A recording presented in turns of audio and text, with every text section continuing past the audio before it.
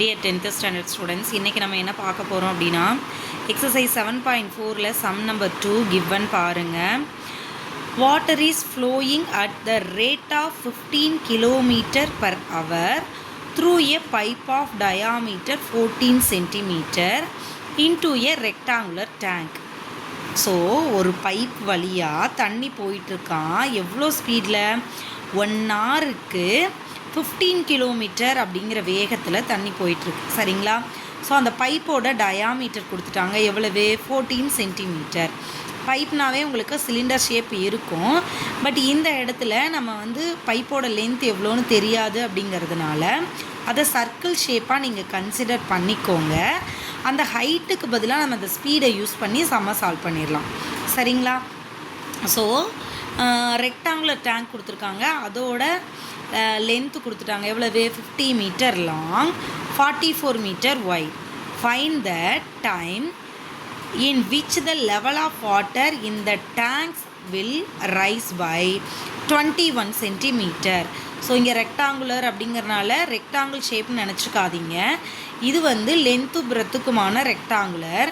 But அந்த இதில் எவ்வளோ தண்ணி வரணுமா? 21 சென்டிமீட்டர் ஹைட்டுக்கு தண்ணி வரணுமா? ஸோ அதனால் அதை கொஞ்சம் நோட் பண்ணிக்கோங்க. சரிங்களா? இப்போ என்னென்ன இருக்குது? ரெக்டாங்குலர் டேங்க் இருக்கா? அதில் லென்த் இருக்குது, பிரெத் இருக்குது. இப்போ ஹைட்டு வரும்போது அது க்யூபாய்டாக மாறிடுமா? So L into B into H. சரிங்களா? So length 50 metre, breadth 44 metre, height 21 centimetre கொடுத்துருக்காங்க. பட் இங்கே எல்லாமே மீட்டரில் இருக்குது. ஸோ இந்த மீட்டரை கன்வெர்ட் பண்ணலாமா? ஸோ ஒரு 100ஆல் டிவைட் பண்ணிங்கன்னா சென்டிமீட்டர் மீட்டராக மாறிடுமா? So 21/100 metre. நெக்ஸ்ட்டு அது எது வழியாக தண்ணி போகுது? சிலிண்ட்ரிக்கல் பைப் வழியாக போகுது. அதோட டயாமீட்டர் எவ்வளோ கொடுத்துருக்காங்க? 14 சென்டிமீட்டர் கொடுத்துருக்காங்க. ஸோ டயாமீட்டர்லேருந்து ரேடியஸ் கண்டுபிடிச்சிங்கன்னா 14/2வா? கேன்சல் பண்ணால் 7 சென்டிமீட்டரா?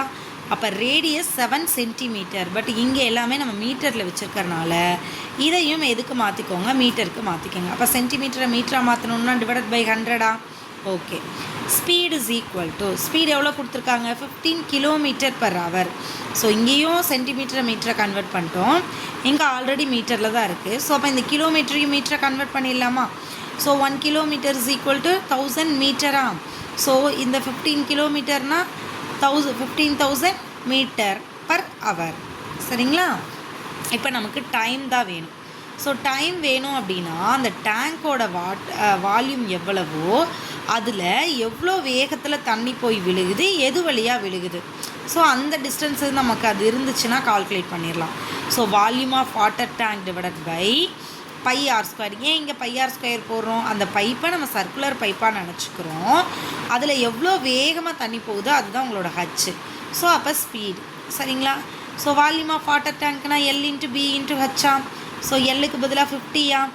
Bக்கு பதிலாக 44-ஆ? Hக்கு பதிலாக 21/100-ஆ? நெக்ஸ்ட்டு பை 22/7-ஆ? r². ஆர்னா ரேடியஸ், இதுதான் உங்களோட ரேடியஸ்.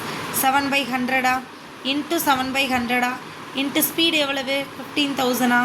ஸோ இதெல்லாம் கேன்சல் பண்ணிங்கன்னா ஃபைனலாக உங்களுக்கு 2 கிடைக்கும். ஸோ அந்த வாட்டர் டேங்க்கில் 21 சென்டிமீட்டர் வாட்டர் வர்றதுக்கு எவ்வளோ டைம் எடுக்கும்? 2 hours. ஓகே. Thank you students.